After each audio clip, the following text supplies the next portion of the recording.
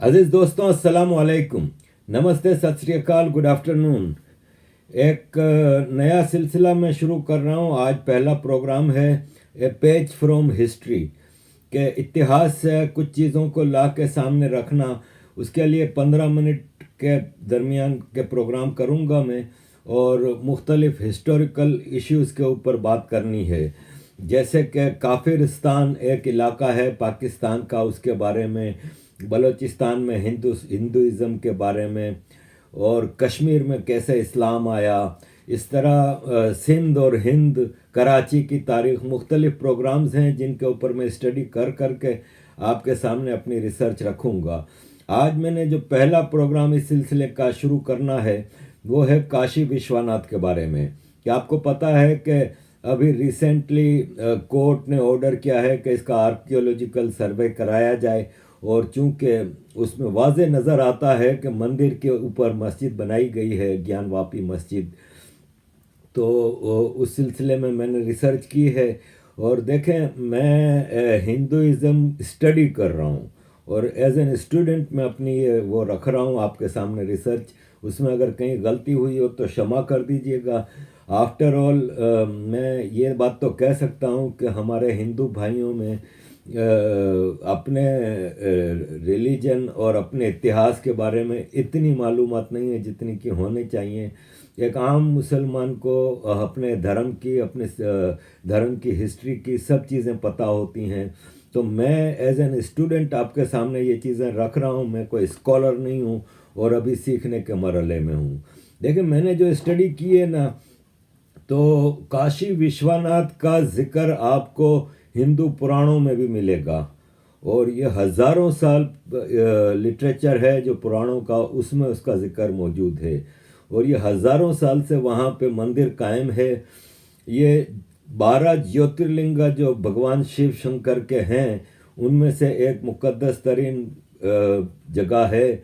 सोमनाथ भी एक बहुत ही मुक़द्दस ज्योतिर्लिंग है, और ये भी एक मुक़द्दस ज्योतिर्लिंग है। ख़ास तौर पे इस मंदिर की ख़ास बात यह है कि भगवान शिव शंकर और माँ पार्वती जी की शादी भी इसी मंदिर में हुई थी। और इस मंदिर की, जैसे कि हिंदुस्तान के कई मंदिरों की बदकिस्मती रही है, इस मंदिर की भी बदकिस्मती रही है कि इसको बार बार उजाड़ा गया और इसको कई बार तबाह किया गया। मैं इस सिलसिले में जो मेरी स्टडी है वो आपके सामने रखूँगा कि इसको कई बार तबाह किया गया। ख़ास तौर पे सबसे पहले इसको 1194 में ऐबक, जो कि मोहम्मद गौरी का एक कमांडर था, उसने तबाह किया, और ओरिजिनल मंदिर जो था उसको तोड़ के चले गए। ये एक्चुअली जब अफ़गानिस्तान से गजनवी और गौरी जो आते थे ना, उनका तो बुनियादी मकसद ये होता था कि लूट मार करना। और ये मंदिर में बेशुमार दौलत जमा थी। इसमें काफ़ी जो हिंदू लोग थे उसको उसमें दान देते थे, और उसमें काफ़ी चीज़ें थीं, और भगवान के सोने के बुत और ये सब चीज़ें थीं। तो मेन मकसद इनका लूट मार भी होता था। नाम इस्लाम का यूज़ करते थे, और फिर उसमें लूट मार करके उसमें तबाही व बर्बादी करके हिंदुओं को डराना, धमकाना और उनको प्रेशर में लाना, ये असल मकसद होता था।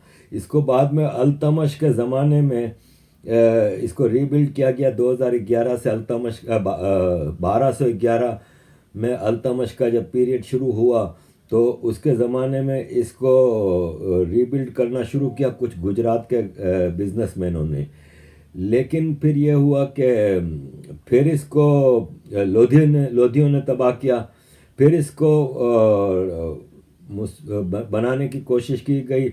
अकबर के ज़माने में राजा मान सिंह ने इसको बनाना शुरू किया 1517 में, और फिर 1585 में राजा तोदामल ने इसको मज़ीद बढ़ाया। लेकिन औरंगज़ेब ने आके 1669 में इसको तोड़ दिया, और 1696 में इसकी जगह ज्ञानवापी नामी मस्जिद बनाई। अब बताने का मैं यहाँ पे ये चाहता हूँ कि ज्ञानवापी मस्जिद जो है ना, वो ज्ञानवापी कुआं है वहाँ पे, उसके नाम पे बनाई गई। और हिंदुओं का मानना यह है कि ज्ञानवापी कुएं के अंदर शिवलिंग मौजूद है, ओरिजिनल जो है, लेकिन वो कुआं मस्जिद के अंदर है। अब यहाँ पे बुनियादी सवाल ये उठता है कि मुसलमानों की दुनिया में एक भी ऐसी ओरिजिनल मस्जिद नहीं है जिसको तोड़ के इसकी जगह कोई मंदिर या चर्च बनाया गया हो।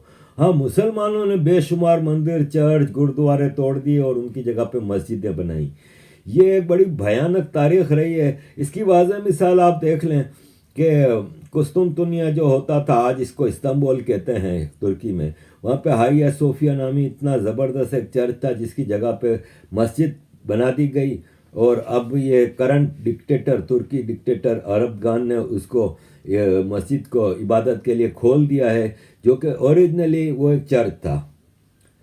तो यहाँ पे काशी विश्वनाथ के अंदर तो वाज़े मिसालें मौजूद हैं कि यहाँ पे मंदिर था। एक अंधा भी देख सकता है कि मस्जिद की बुनियादों में मंदिर की बुनियादें मौजूद हैं। अब इसका कुछ ब्रिटिश विजिटर्स जो थे, जो होते हैं एक्सप्लोरर्स, उन्होंने भी इसको विज़िट किया था और इसके बारे में रिपोर्ट्स दी थी। 1824 में ब्रिटिश ट्रैवलर रेजिनाल्ड हेबर ने आलमगीर के नाम से एक किताब लिखी थी जिसमें उस दौर के सारी चीज़ें लिखी थी। वो साफ अल्फाज में बता रहा है कि मस्जिद मैंने देखी तो मुझे कोई हैरानगी नहीं हुई कि ये मंदिर की जगह पे बनाई गई है, जिसके अंदर मंदिर की बुनियादें मौजूद हैं। और ये हिंदुओं का एक मुक़द्दस मंदिर, जो कि तारीख़ी मंदिर था, हिस्टोरिकल मंदिर था, उसको तोड़ के बनाया गया। 1822 में जेम्स प्रिंसेप नामी एक एक्सप्लोरर ने कहा कि विश्वनाथ मंदिर जो है बनारस में, वो हिंदुओं का एक मुक़द्दस मंदिर है, लेकिन उसको मुसलमान बादशाहों ने तोड़ के उसकी जगह मस्जिद बनाई। और आज भी उधर एविडेंसेस मौजूद हैं कि वहाँ पे मंदिर था और एक पुराना मंदिर था हिंदुओं का। इसके अलावा वो ये भी लिखता है कि वहाँ जैन मत के भी काफ़ी और बुद्धिस्ट उसके भी काफ़ी एलिमेंट्स मिलते हैं जो उस मस्जिद के अंदर हैं। एक क्रिश्चियन मिशनरी हैं एडविन ग्रेवियस, उन्होंने 1909 में ये लिखा।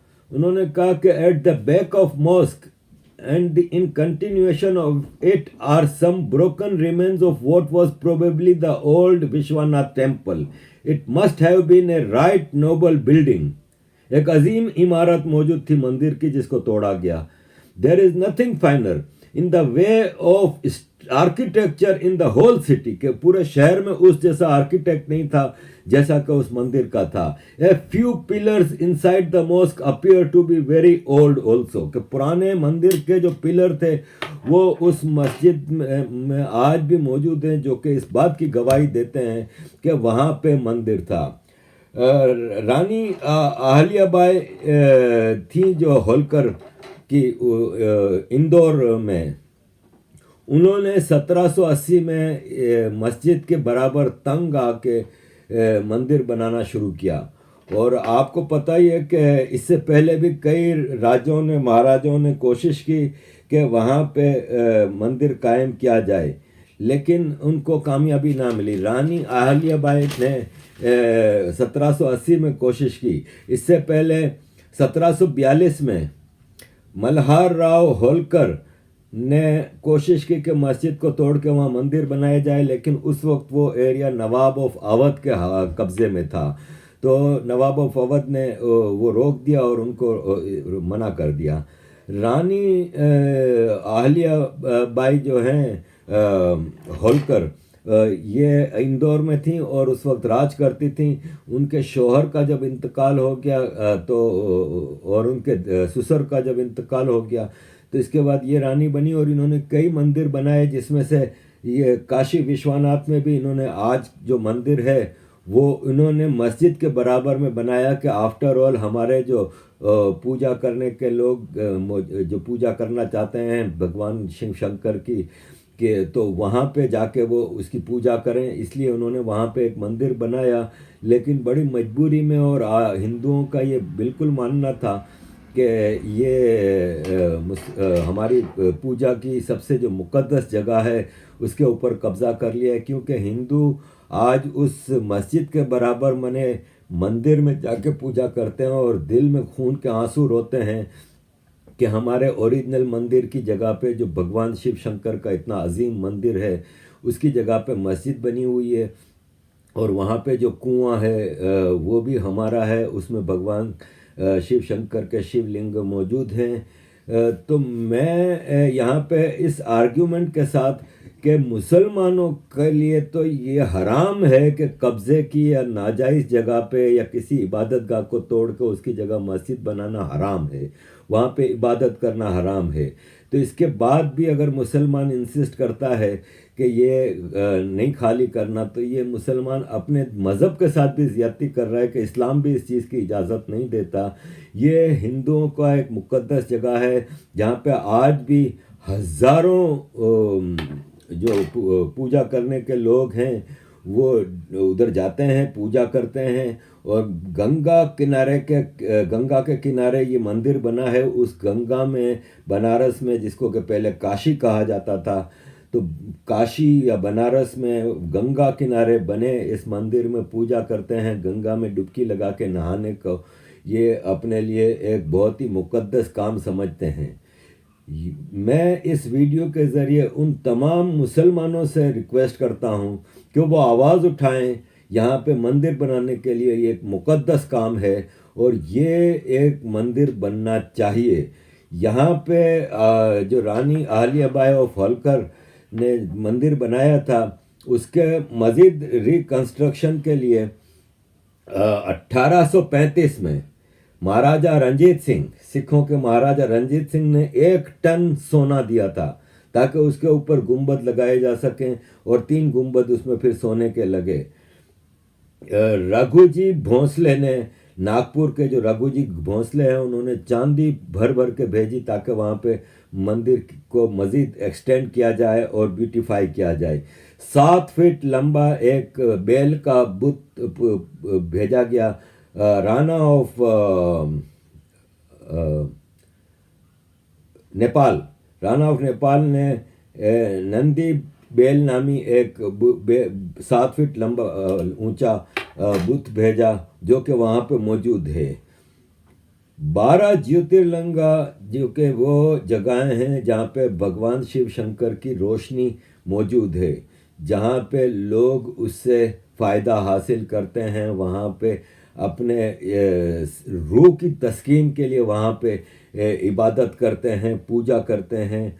और ये इनमें से काशी विश्वनाथ की एक बहुत ही ख़ास हैसियत है और मैं समझता हूँ कि आर्कियोलॉजिकल सर्वे का बिल्कुल क्लियर रिपोर्ट आएगी कि ये हिंदुओं का मंदिर था जिसकी जगह पे ज्ञानवापी मस्जिद बनाई गई और इसके बारे में क्लियर एक फ़ैसला आना चाहिए कोर्ट की तरफ से, क्योंकि हिंदू एक बहुत ही शरीफ कौम है, एक समझदार और अमन ओमान से मसलों को सुलझे हुए तरीके से हल करना चाहती है।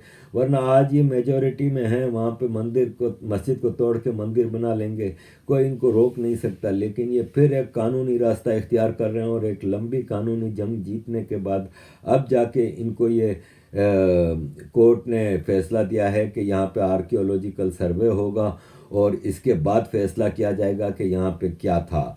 तो यहाँ पे सबको पता है, आप हिस्ट्री की, काशी विश्वनाथ के ऊपर जितनी भी हिस्ट्री की बुक्स लिखी गई हैं उसमें आपको नज़र आएगा कि ये मस्जिद एक नाजायज़ मस्जिद है और एक कब्ज़े की जगह पे एक मुक़द्दस मंदिर को तोड़ के बनाई गई है, जो कि मस्जिद इस्लामी नुक्ता निगाह से हराम है और यहाँ पे इबादत करने वाले की इबादत हराम करार दी गई है एज़ पर इस्लामिक रूल।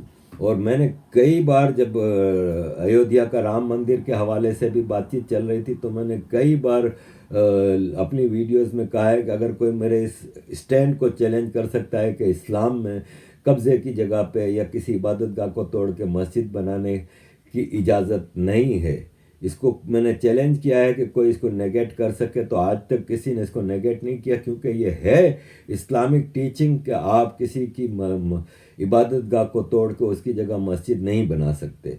तो ये मेरा छोटा सा वो है।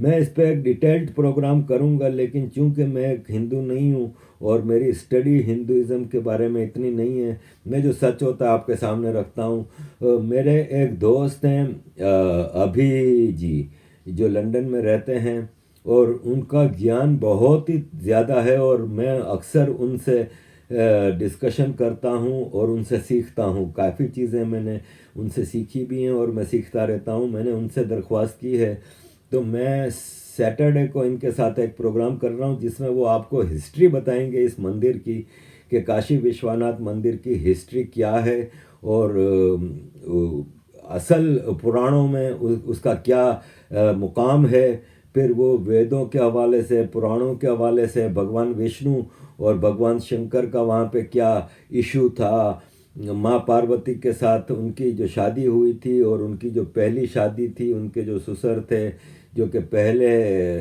राज्य के मतलब हिंदुओं के पहले राज्य उसी को माना गया है।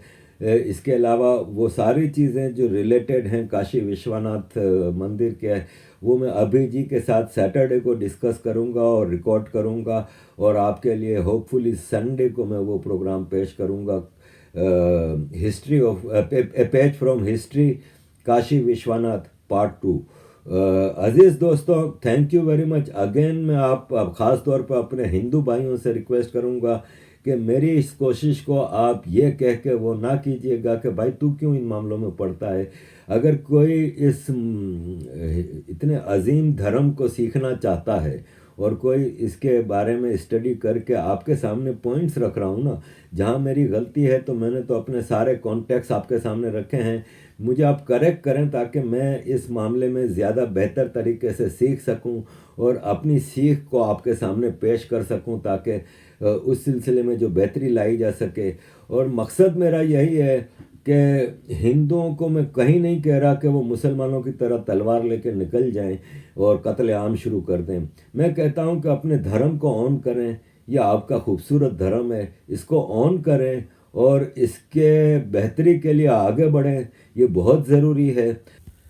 और यहाँ मैं आप सबसे एक विनती भी करूँगा कि इस मंदिर की रिकंस्ट्रक्शन और रीबिल्डिंग के लिए जितना ज़्यादा दान दे सकते हैं ज़रूर दें, कंट्रीब्यूट करें। ये एक नेक काम है जिसमें आप सबके कंट्रीब्यूशन की बहुत ज़्यादा ज़रूरत है, क्योंकि ये इसको वापस बनाने के लिए बहुत ज़रूरी है कि सब इसमें थैंक यू वेरी मच अजीज़ दोस्तों, बहुत बहुत शुक्रिया। और आपके सपोर्ट का मैं जितना शुक्रिया अदा करूं वो कम है, इसलिए कि आप लोगों की मोहब्बत और आप लोगों के सपोर्ट, मैं हैरान होता हूं कि एक पाकिस्तान बोर्न मुसलमान को आप लोग इतना मान देते हैं, इतना सम्मान देते हैं।